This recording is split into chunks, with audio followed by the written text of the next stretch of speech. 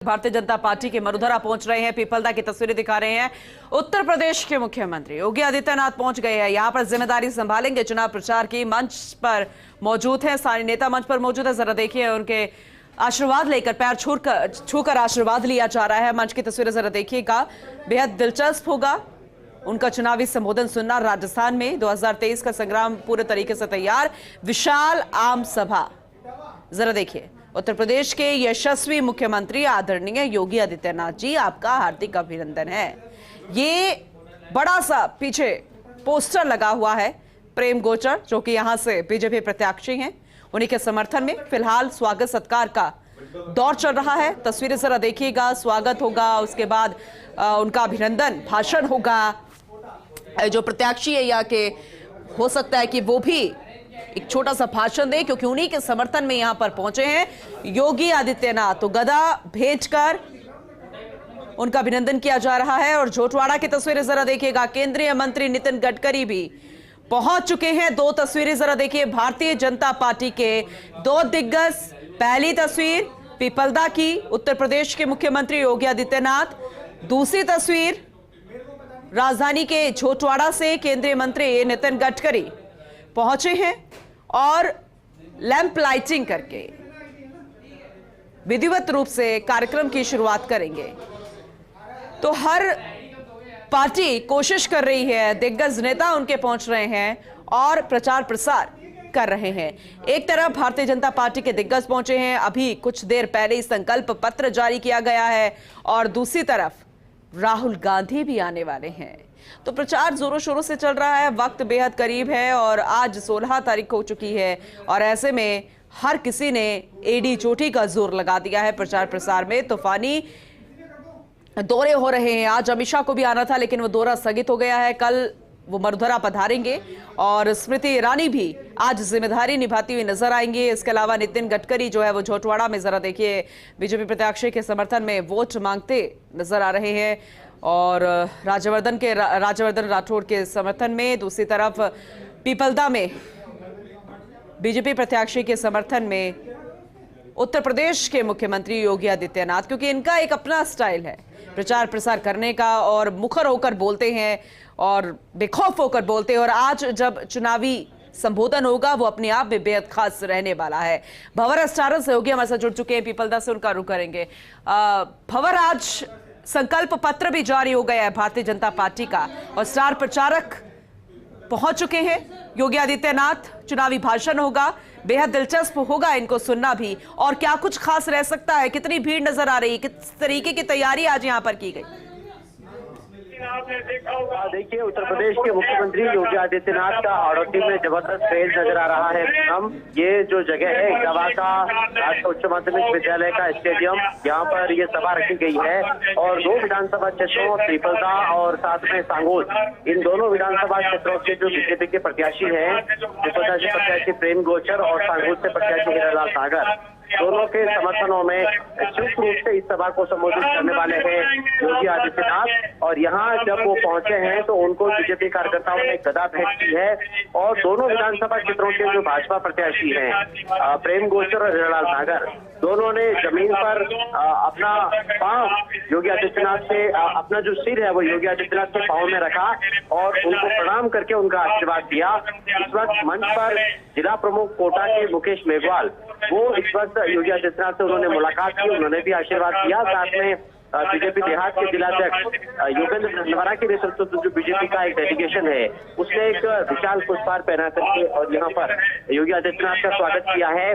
करीब 5 से 6 हजार की भीड़ योगी आदित्यनाथ के पहुंचने से पहले ही स्टेडियम में पहुंच गई थी, और जो इंतजाम थे वो इतने ही थे। बाद में जब भीड़ बढ़ने लगी तो इंतजाम भी बढ़ाए गए, अतिरिक्त कुर्सियों की व्यवस्था यहाँ पर करनी पड़ी, और इस वक्त एक अच्छा खासा जो लवाजमा है भीड़ का, वो यहाँ पर मौजूद है। और यहाँ पर जो कांग्रेस छोड़ करके बीजेपी में आए हैं, पूर्व मंत्री रामगोपाल बेरवा, वो भी इस वक्त यहाँ पर मौजूद हैं, और उनका भी यहाँ पर मंच से लगातार स्वागत किया जा रहा है भाषणों में। और इस वक्त जो बीजेपी के स्थानीय नेता हैं, उनका संबोधन हो रहा है, लेकिन भीड़ को प्रतीक्षा उस पल की है जब खुद उत्तर प्रदेश के जो मुख्यमंत्री है योगी आदित्यनाथ वो यहाँ पर संबोधित करेंगे। प्रेम गोचर जो कि पिपलदा से बीजेपी के प्रत्याशी हैं, उनका यहाँ पर इस वक्त संबोधन हो चुका है और अब इंतजार है योगी आदित्यनाथ के संबोधन का। जी चलिए ठीक है, शुक्रिया। आगे भी आपसे जानकारी लेंगे भंवर,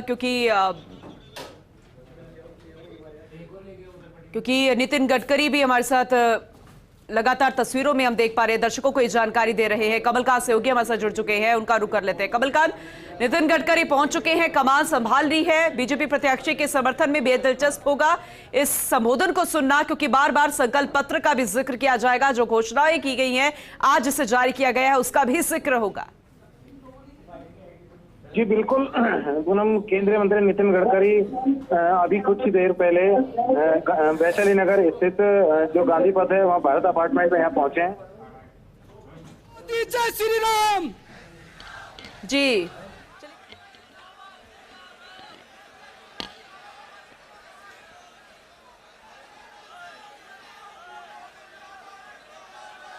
जय श्री राम। जय जय श्री राम। जय जय श्री राम। भारतीय जनता पार्टी के प्रदेश के उपाध्यक्ष श्री मुकेश दत्त जी,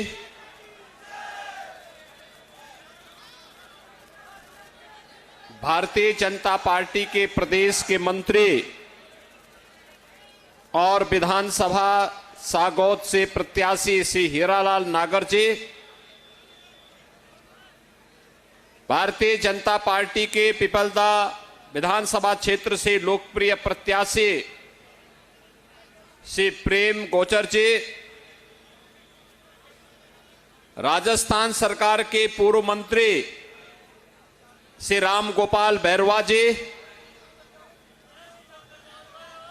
पूर्व विधायक श्री प्रभुलाल वर्मा जी, जिलाध्यक्ष कोटा देहात श्री योगेंद्र नंदवाना जी, श्री मानवेंद्र सिंह जी, मुकेश मेघवाल जी, श्री रिंकू मीणा जी, श्रीमती कृष्णा मीणा जी, श्रीमती रजनी सोनी जी, श्रीमती हेमलता शर्मा जी, आज के इस कार्यक्रम में उपस्थित पिपलदा और सागौत विधानसभा क्षेत्र से जुड़े हुए सभी उपस्थित भाइयों और बहनों,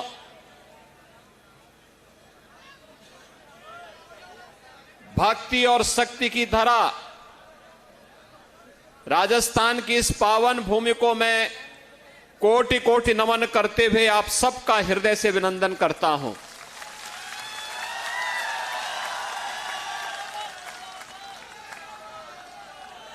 भाइयों बहनों, जब राजस्थान के बारे में हम लोग सुनते हैं, जानते हैं और नजदीक से देखते हैं, तो मुझे यहां के वीर वीरांगनाओं के, यहां के त्यागी और बलिदानियों के इतिहास प्रसिद्ध वे कथा और कहानियां हमारे सामने आने लगती हैं, जिनसे देश प्रेरणा लेता है। आज भी भारत की सीमाओं की रक्षा करते हुए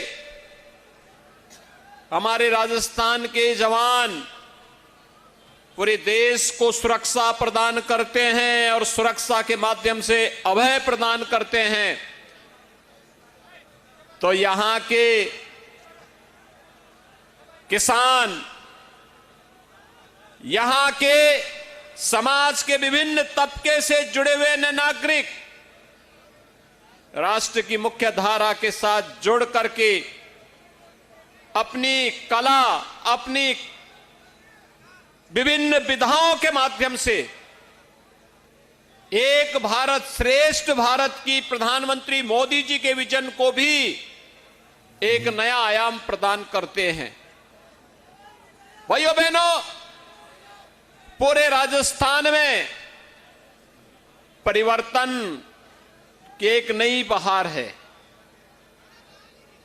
राजस्थान के लोग चाहते हैं कि इस बार परिवर्तन होकर के रहेगा, और भाइयों बहनों, उसी में आपका आह्वान करने के लिए आज मैं विशेष रूप से आया हूं। आप देख रहे होंगे पूरे देश के अंदर प्रधानमंत्री मोदी जी के नेतृत्व में लोगों में एक नया उत्साह है, एक नया उमंग है, एक नई तरंग पूरे देश के अंदर चल रही है। एक नए भारत का दर्शन पूरा भारत कर रहा है, भारत की 142 करोड़ की जनता कर रही है। भाइयों बहनों, ये नया भारत वैश्विक स्तर पर जिस भारत का सम्मान बढ़ा है, भारत के बारे में दुनिया की धारणा बदली है।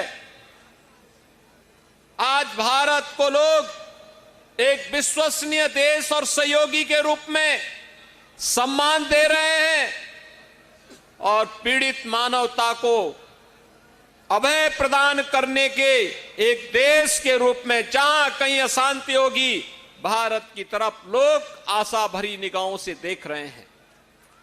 ये नया भारत है, एक और दुनिया को शांति का संदेश देने वाला, और दूसरी तरफ दुश्मन की टेढ़ी आंखों को निकालने की हिम्मत करने वाला भारत भी है। भाइयों बहनों, कितनी अद्भुत क्षमता है भारत की। एक तरफ हम शांति की बात करते हैं, और दूसरी तरफ दुश्मन को उसके मांद में घुस करके ठिकाना लगाने का साहस भी आज भारत के जवानों के अंदर है। भाइयों बहनों, मैं आपसे एक बात सही मायने में रखना चाहता हूं। कांग्रेस ने लंबे समय तक देश पे शासन किया, लेकिन बदले में समस्याएं थी। आपके राजस्थान में भी यही चीजें हैं। कांग्रेस को सबसे ज्यादा समय तक शासन करने का अवसर मिला राजस्थान में, और गत 5 वर्ष का कार्यकाल भी राजस्थान के लिए है। बहुत लंबा समय नहीं जाएंगे, लेकिन अगर आप उससे पहले के 5 साल वसुंधरा राजे जी के नेतृत्व की भारतीय जनता पार्टी की सरकार के और कांग्रेस नेतृत्व की से अशोक गहलोत जी के नेतृत्व की सरकार के कार्यकाल की तुलना करेंगे, तो भाइयों बहनों, आपको लगेगा कि भारतीय जनता पार्टी की सरकार कार्य कर रही थी, कार्य करना चाहती थी, लेकिन कांग्रेस की सरकार तो अपने अंतर कलहों के कारण जहां तहां अव्यवस्था, अराजकता, विकास के बैरियर के रूप में ही राजस्थान में पिछले 5 वर्षों के अंदर जानी जाएगी। भाइयों बहनों, कांग्रेस समस्या का नाम है, देश की समस्या का नाम। ये देश के अंदर जो आतंकवाद है, ये कांग्रेस की देन। नक्सलवाद, करोड़ लोगों को आयुष्मान भारत में स्वास्थ्य बीमा का कवर पूरे देश के अंदर दिया, कांग्रेस भी कर सकती थी। 1 डिस्ट्रिक्ट 1 मेडिकल कॉलेज का निर्माण कांग्रेस भी कर सकती थी, कांग्रेस ने नहीं किया। कांग्रेस तो एक ही बात करती थी, कांग्रेस एक ही बात करती थी कि देश के संसाधनों पर पहला अधिकार मुसलमानों का है, बोलती थी ना, यही तो बोलती थी ना। और भाइयों बहनों, मोदी जी ने कहा देश के संसाधनों पर पहला अधिकार गरीब का है, किसान का है, नौजवान का है, महिलाओं का है, दलित का है, वंचित का है, पिछड़े लोगों का है, समाज के हर तबके का है। और इसके लिए उन्होंने नारा दिया, सबका साथ, सबका विकास। भाइयों बहनों, सबका साथ और सबका विकास का नारा ही है राम राज्य की अवधारणा। भाइयों बहनों, आपने देखा होगा जब बाढ़, अतिवृष्टि, कोई आपदा आती है, कांग्रेस के नेता गायब हो जाते हैं, किसी का पता नहीं लगता है। पिपलदा से लेकर के और दिल्ली तक सब नेताओं के यही हाल है।